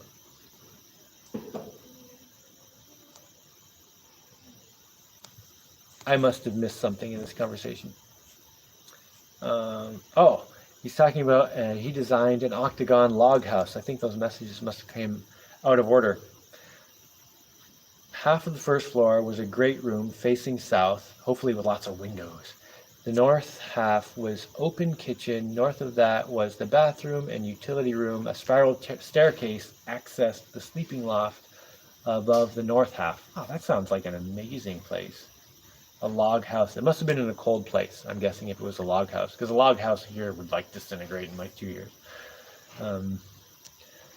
A stainless bridge, you said, would be best idea. A stainless steel bridge would be super cool. I am still thinking about that, but we'll see. Does the bridge go to Deshaina's Island? No, that would be kind of a long bridge. I could do it, but man, that would be kind of a big bridge. No, the bridge I'm talking about just goes. So I have 2 islands here. Right now I'm on the main island, and then there's this other little island just right over there. I mean, you can walk there. During high tide, your feet would get wet, but most of the time you can just walk. And not dry, it's a little muddy, but any methane in the water, I don't know. I turn on my taps, I can't light it on fire. Not like those people where they have, the underground fracking. Could not make it today as it's my monthly game event day, and I was up all night and just got up here a bit ago to catch the last 2 hours of the event. A Dutch guy harvested methane from a swamp and powered his moped. That's kind of hilarious. That's really fun. Question: what is the workshop going to be built like? The same with styrocrete dome? Well, I'm not sure. I have a lot of ideas. I'm not ready to build my workshop yet. I have to do a whole bunch of digging and making the area where the workshop's going to go and deciding exactly where it's going to go. So I have some time. But one idea I was thinking about yesterday that I was actually mentioning to my kids was making it out of stainless steel, like stainless steel sheets. And, to be able to afford to do it, I'd have to use pretty thin gauge stainless steel.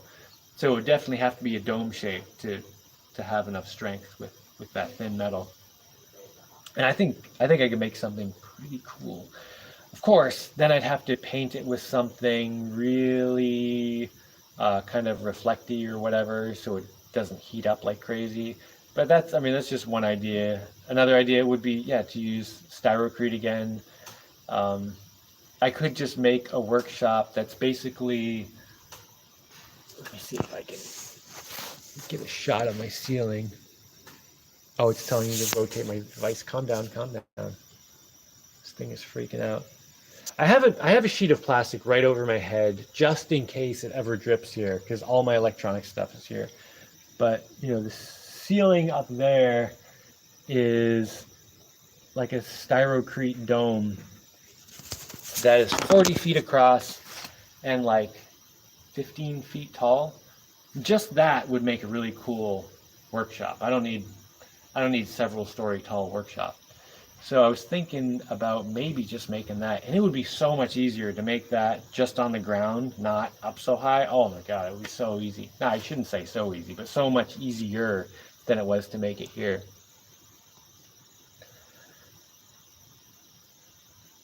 The engineering of the engineering of life, pursuit of happiness every day. Yes. Any possible fuel from your sewage? So I've got this sewage thing that's, it's supposed to produce methane, but I haven't gotten around to putting a pipe on it and seeing if it actually works and stuff. But supposedly I should be able to get methane out of that thing. And at some point I'm gonna have to put a pipe on it. Maybe next time I go to town I can get a pipe and a valve and just connect it on there. I don't even need to connect it into the house or anything. Just connect it on there just to test that it even works. Working with factories and restaurants, I had to stand up for 8 to 12 hours a day. I like standing now too. Yeah, like standing is the kind of thing where it just feels natural once you do it all the time. I think my kids stand pretty much all day because they're not in schools where they're told to sit down. And I think, it's kind of generally understood that sitting down is terrible for you. Like it's bad for your spine and your posture and all this stuff. But again, this is a problem with schools. Kids get sent to school and they're told to sit there and don't move and just sit all day, and it's terrible for them. But I think there is a good chance it's much more natural to stand all day. I wonder if there's probably been some studies on that.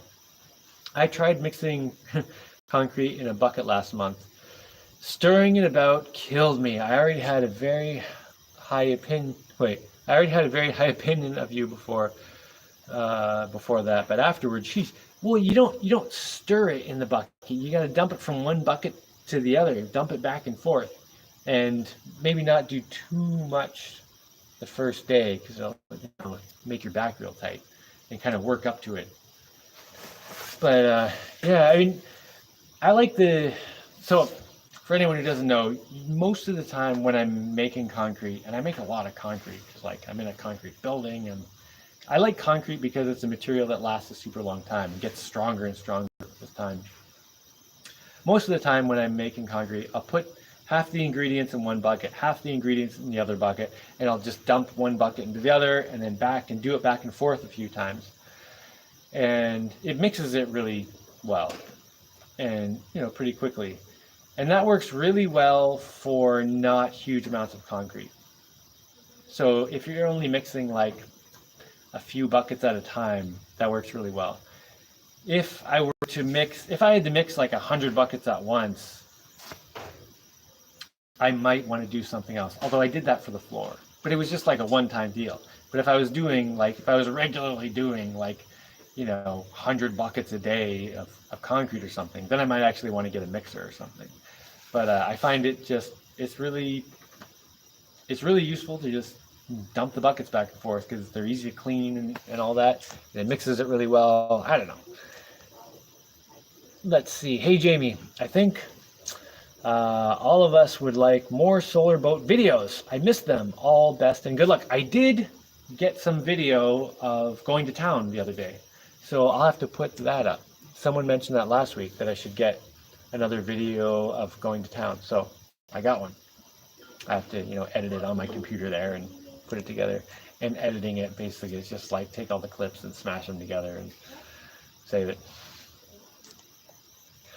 I do always check my videos for naked kids now, just in case. Would be great to see the size of the workshop windmill island in a video. Does someone have a workshop windmill island?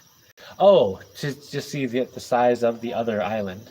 All right, let me put that in my brain and try to remember to take my camera over there. I think it's something like maybe 1/8 of an acre. Maybe it's 1/4. I don't know. It's somewhere in the range of like 1/8 to 1/4 of an acre. It's a pretty small island. Let's see. My friend had 2 Cincinnati and 2 Edgewick milling machines, 2 Ward capstans, and 1 My Ford lathes. Those sound like they're probably pretty awesome. I've hoped you would build a crane since forever. I always thought it would be cool to see how you overcome bend stresses, especially if you use fiberglass. Yeah, I've been thinking about making a crane. And this is another reason that I've been leaning toward making a masonry bridge. Because if I don't use the ship masts to make a bridge, I could use the long one for a crane, which I've been thinking about. It would be pretty useful at times. Tell people to hit the like button. It helps your video appear higher in people's news feeds when they do it. Well, this Billy thinks I should tell everyone to hit the like button, so I guess hit the like button. I don't know. I don't want to turn into that guy. Everybody like and subscribe and ding the bell and blah blah blah. If you want to be here, you want to watch this, great. If you don't, I don't feel like it's. I don't know. If you like my videos, tell someone to watch them if you think they would like them. But don't tell someone to like them if you don't think they would watch them. I don't know. I just kind of focus on what I'm doing, and whoever watches it, I guess that's a separate issue. Let's see.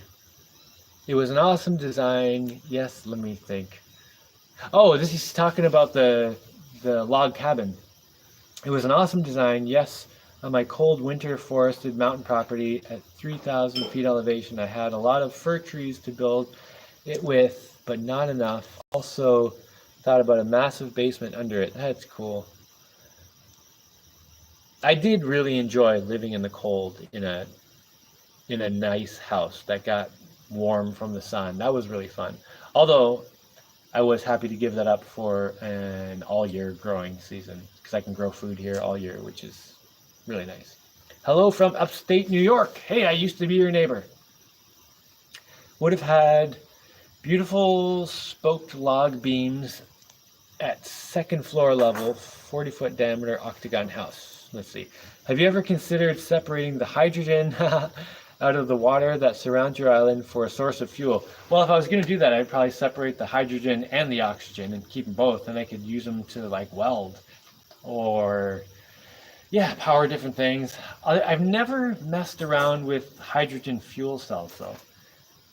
I think that would be kind of cool. But I've never gotten into those. I should just get one and play with it.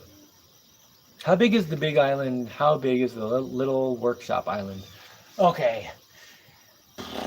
How big are my islands together? Maybe, I don't know, like an acre or two, like a couple acres maybe? Maximum? Yeah, I mean under 2 acres, I'd say. But like close to that. It's, the islands are also kind of funny shaped. It's not like they're rectangles or something, or it'd be easy to measure. But yeah, I'd say 2 acres-ish, maybe a little less. How long it take to grow mangroves? Maybe you can extend the island. Well, the mangroves are always growing. So if they make land. So the mangroves grow in the salt water, and their leaves fall down and the branches fall down. They kind of make land on their own. So, my island is kind of always growing. And there's a section over there that had no mangroves by it, and I'm kind of encouraging them to grow there. Like, people often don't like mangroves because that means there's no sandy beach. But I like them because they protect the island from erosion. And when there's a storm, oh man, it is really, really nice to have the mangroves there.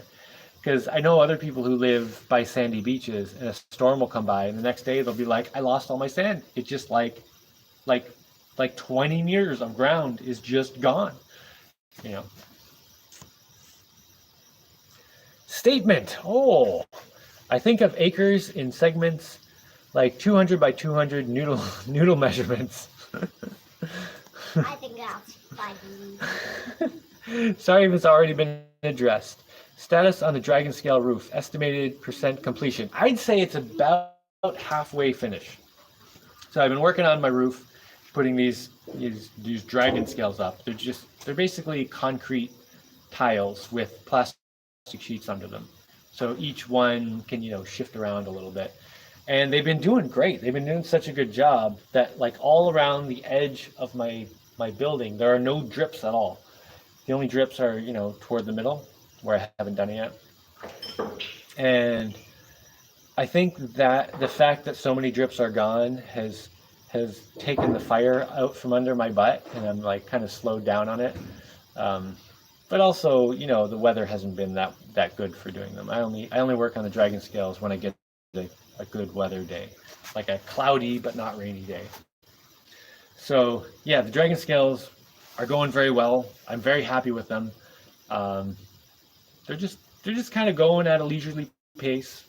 Whenever I get a good day to do it and I have the time and I'm motivated, I put some more up. Electrolysis is horribly inefficient.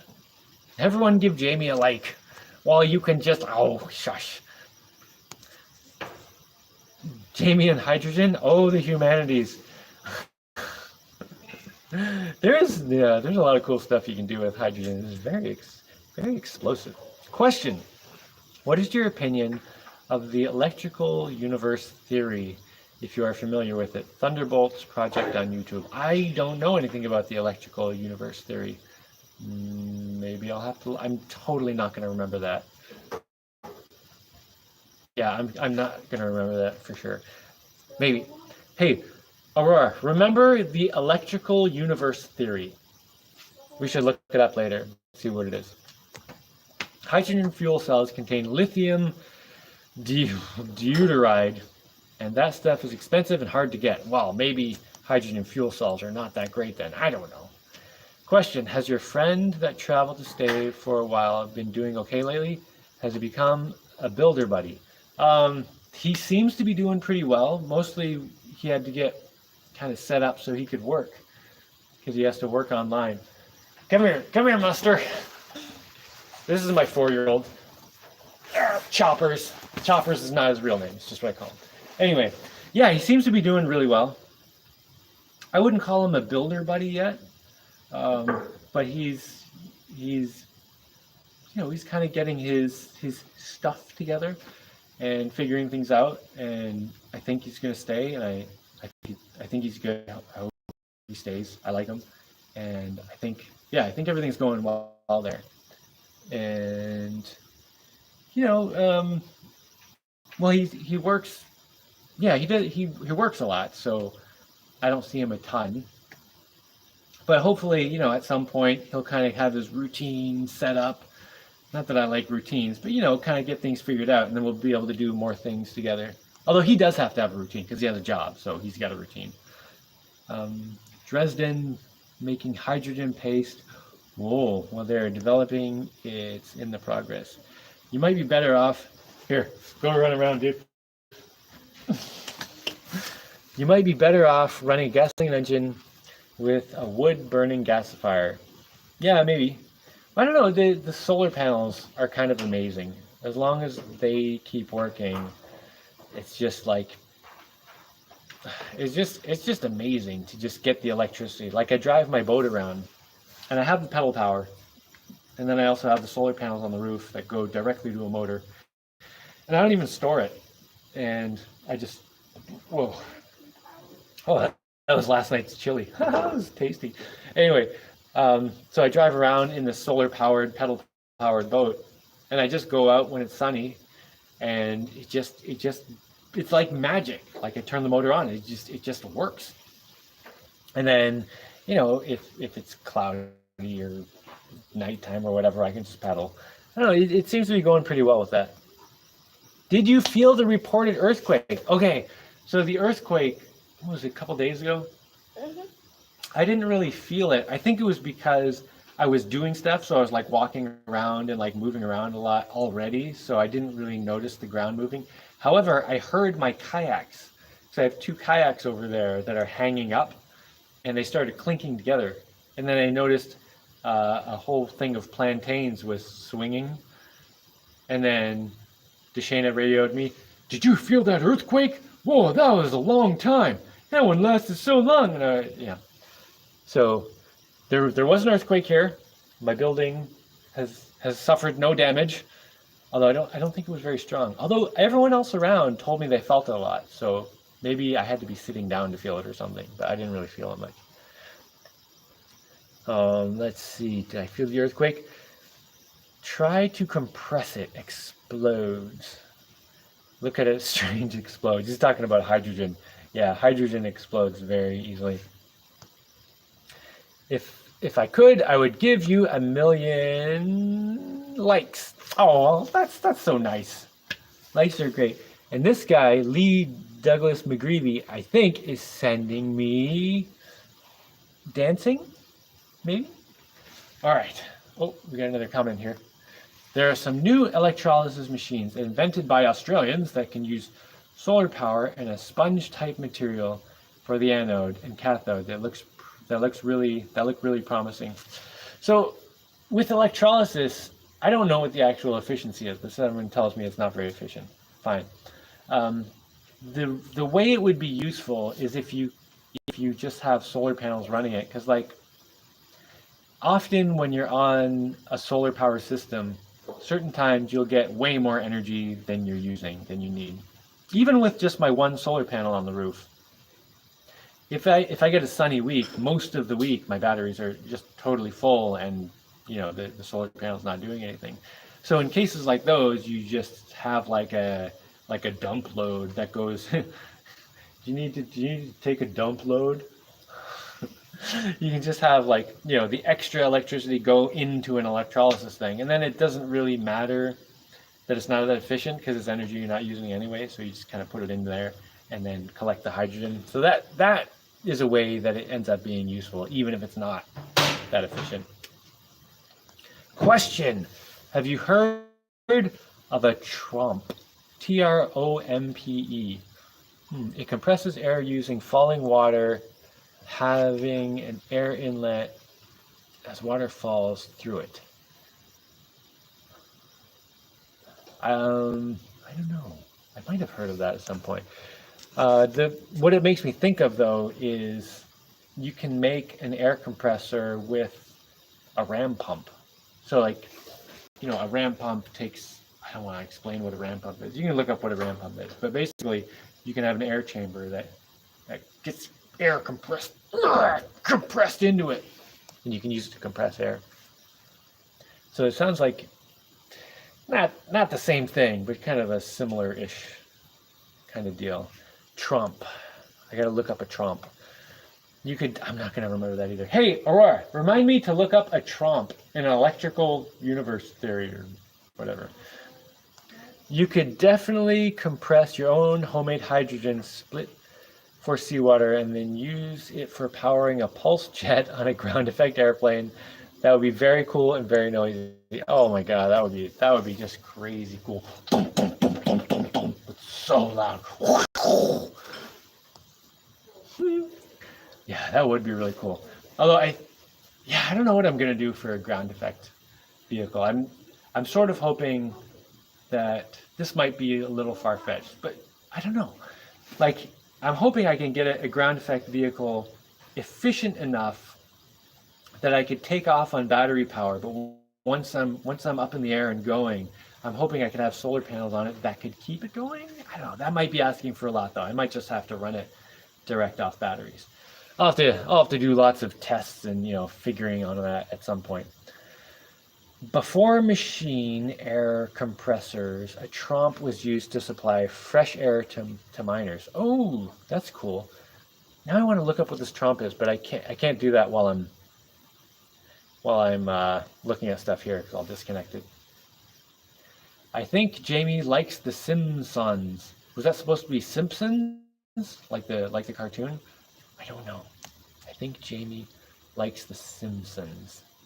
I'm not sure what that means. But if it's the cartoon Simpsons wasn't bad.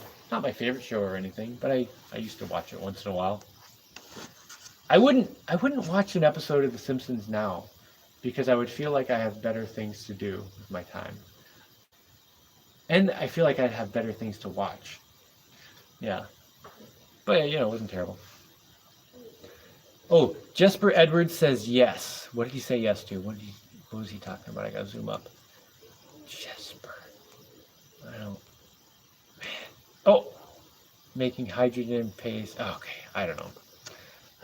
Let's see. RC flight test. I think that is the right channel. Did make a bunch of ground effect RC crafts. Some cool. Well, it's pretty easy to make ground effect radio control stuff. Like I'm pretty sure I could do that like tomorrow. But making one that's like big enough for a human to get in and can hold a human's weight, that's a. Well, I shouldn't. I mean, I've made radio controlled airplanes in the past, so I guess I do have some experience with it, which is why I think I could make it pretty easily. Compressed air tanks to drive shaft to boat propeller may be useful at nighttime on water travel. So there is this one boat design that I've been thinking about making, and it's just stuck in my head for like years. And it's kind of ridiculous, but I feel like someone has to make this. And maybe it's me. So basically, a catamaran with two big fat pontoons that can hold compressed air, and you just fill them with compressed air and then use that compressed air to drive the thing. And it of course depends on how much you can compress the air, like the strength of the tanks. I feel like that could be a pretty cool thing. But the other thing you have to think about is when you compress the air, it's going to get more dense, and at some point it's going to sink. So, the more you compress the air into these big air tanks, the less buoyant you get. So the more energy you store, the heavier your boat gets. But I feel like it's something that would be pretty cool to play with.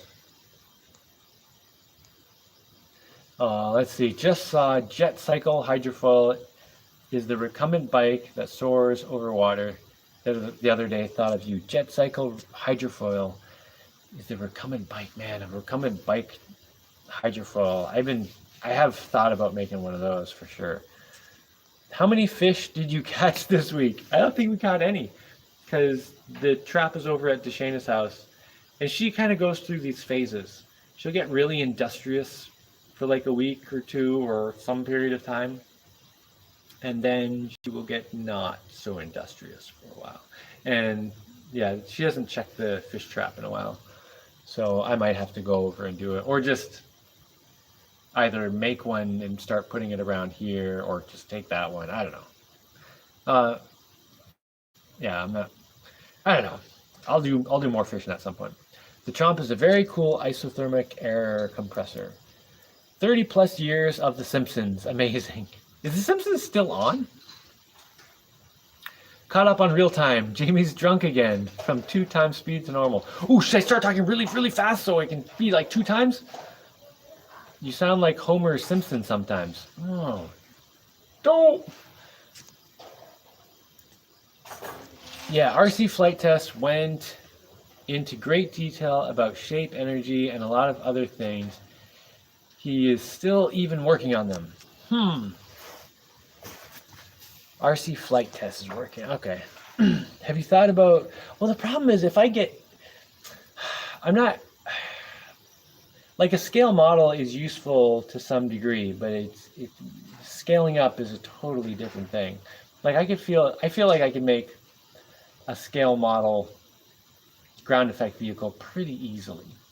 But yeah, scaling it up, that's a totally different thing. Have you thought about getting an e-mountain bike? Do you have any trails? I don't have enough land to really need an electric bike. My biggest piece of land is like 25-ish acres, something like that. So, there's some space, but it's, like a quarter mile by a quarter mile-ish. I mean, it's not square shaped at all, but, I don't need a mountain bike to get around that. I do kind of want to get bikes for here, though, because I'm making trails around this island, and I wouldn't need the bikes to get around, but it would be more like a for fun thing. You could also pump water up to a higher point for energy storage or heat water. Lots of potential in water. Yeah, so on the bigger property I have, the 25 acres, I could definitely get a pond going and there's a stream there, and I could get a ram pump pumping water up to the pond just all the time, and have something where I can open a valve and it would turn a water wheel. I think that would be super cool. But again, that's one of those things that I can put on my list that's going to be way down the priority list, because there's so many things. There's so many things I'd love to do. I just have to pick which ones are going to be, I don't know, a combination of the most interesting, the most useful, you know.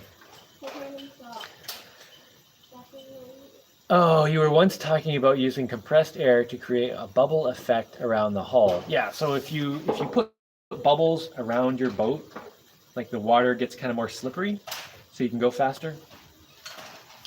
Pretty much any time I'm in a long distance boat trip, that comes into my head at some point, and I'm just thinking, I wonder if I can just have a hose running down with kind of like a piece of screen on the end. If I go fast enough, maybe it'll suck air down and just create bubbles.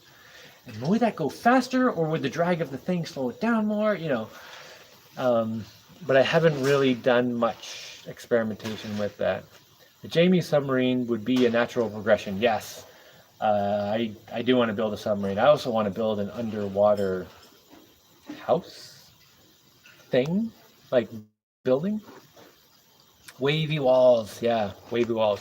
Underwater house next. Hi, you even said it. Yeah, underwater house. I think I would want to play with an underwater house before a submarine for some reason. Like I feel like I could get a bunch of the stuff worked out on an underground house that I could just transfer into a submarine pretty easily. I don't know though. Maybe it would be better to make a submarine first. I don't know. I have too many things before I have to do that anyway. They use compressed air to run antique steam engines instead of steam. I do want to build a steam engine. Like of all the things that would work in like a zombie apocalypse, steam engine. With construction of such a catamaran, make it more buoyant styrofoam in the construction. Well, if I make styrofoam is no more buoyant than air, so if I'm going to make a boat float, I'll just use air. The only reason I would use styrofoam to make a boat float, and the styrofoam would be slightly more dense than the air, is if I'm concerned about, you know, getting holes and sinking. Then, you know, the styrofoam won't leak. You know, it's kind of a solid thing. And on the zombie chopper, my white boat, the pontoons on the side, those are stuffed with styrofoam. So even if everything else goes wrong, those would float. And if I got out of the boat, those should float the boat without me in it. Maybe with me in it. I'm not sure, but it would float it without me in it. Yes, The Simpsons is still on. Seriously, what are they even doing now? I've not missed an episode in all of those years. Really. Well, I mean, I have not watched an episode. Oh, yeah, I've seen a few episodes, but is the baby still a baby even 30 years later? And if you want to pedal, you've got your boat. Yes. Yeah, I do want to have bikes here though, because I think it would be fun to drive bikes around with the kids. Could you make a giant drone you could ride in? I could. I had miles of trails and roads on my 177 acres. Oh man, that sounds awesome. Railway around the island. I don't want to make a railway. If I make a path, like the problem with the railway is that once you make a train, it can only go on the railway, and if you want it to go somewhere else, you gotta make a new railway. But if you just make good trails and have good wheels on your vehicle, then you can, you know, you go wherever you want. And if you need to get off, you can still go off your trail. Regarding the water, here's an idea. Through the day, pump it up, solar, and through the night, let it fall down and rotate a turbine so you can recharge the batteries. Yeah, yeah, exactly. That's what you would do if you were storing water to use as energy. You know, pump it up there at night using solar power, or if you have a stream like I have over there, just you would pump into the pond 24 hours a day. And I wouldn't, if I was doing that, I wouldn't charge batteries at night. I just wouldn't use the batteries at night. I would just use the electricity or the energy directly from the stored water. It would make batteries not necessary if you had enough water stored. Bubbles around the hull will sink the boat. No, it won't. That won't sink the boat. There's a company out there called Ocean Builders. I know that guy. They're building habitats that float in the ocean that people can buy, rent. They're in Panama somewhere if you'd like to visit. I don't think I'm going to visit them, but I've spoken with the guy. I actually talked with him before he came to Panama. I found this guy. When he was having some issues in Thailand, I think, or whatever. I don't know. But yeah, my first, I always get this silly question when people talk about building homes on the ocean, and the silly question is, why not just have a boat? Like that's a home on the ocean that can actually move if you want to. But I mean, I'm sure there's reasons that you'd want to have something permanently there, not going anywhere. But the structures are called sea pods, which are mostly 3D printed, I believe. I did not think they were 3D printed. I mean, I haven't talked with the guy in a while, but last I heard they had molds and were making them with fiberglass. And he actually kind of asked if I would want to help with that. But I was like, of course, I have tons of stuff here going on. 2 hours of Jaimie today. I'll have to go into recovery now. Later, Jaimie. Be well. Michael Jackson. All right, later, Mike Jackson. Yeah, it's over 2 hours. Now I gotta go do something else probably. Last question. I wonder, Harmony vertical wind. I wonder if Harmony vertical wind turbines would let you test one. Harmony vertical wind turbines. I guess that's a company or something. Maybe. Should I email them? Harmony vertical wind turbines. Okay, maybe I can remember that too. Underground house ocean picture window would be cool, yeah. The Simpsons are still the same age and unchanged. Let's see. I figured that. Any street lamps in the future? I actually don't like to put out lights that stay on all the time at night because I don't want to mess up the natural environment around me any more than I need to, you know. I actually am kind of against having outdoor lights on at night because it disturbs the things that are out there. It disturbs the nature, your ecosystem. And I think one of the big problems humans have today is that wherever we go, we just destroy the natural environment around us, which is totally unnecessary. Like right here, like that's the outer wall of my house. 2 meters past that is natural environment, and I don't see why it shouldn't be. It should be able to be a natural environment and have all the stuff that was there before. I'll try to email the info. Oh, great. Thanks, man. All right. Well, I've gone over 2 hours now. And I'm at the bottom of... Oh, wait. Someone, no, new comment. Yeah, I'm going to go, I guess, make some lunch. It's not raining anymore. It looks like the sun came out a little bit. I'm going to go cook some food or do something. What do you guys want for lunch? You want some burgers? Let's have burgers. Yeah. Oh, I have stuff for burgers. I'm going to go make some burgers. Okay. Thanks to everyone for coming. And this was excellent. I hope you guys had a great time. Joe Blow says, thanks so much for reading, commenting all of our questions, comments. Jaimie, you're awesome. Oh, thanks, man. Thanks, Jaimie. You rock. Adventure Builder Club is awesome. Oh, man, you guys are the best. All right. I'm going to go and I'm going to leave you with a picture of my shirt. This was a shirt I made earlier today. F the rules, as in forget the rules. Do what's right. Do what's right. That's the important thing. The rules are not important. Do what's right. Okay. I said bye. Oh, you want to say bye to them? Say bye to them. Bye. Bye. Oh, yeah. We push that button. Very good. All right. Have a good day, everyone. Okay. Yeah, push that one. Let's get out of here.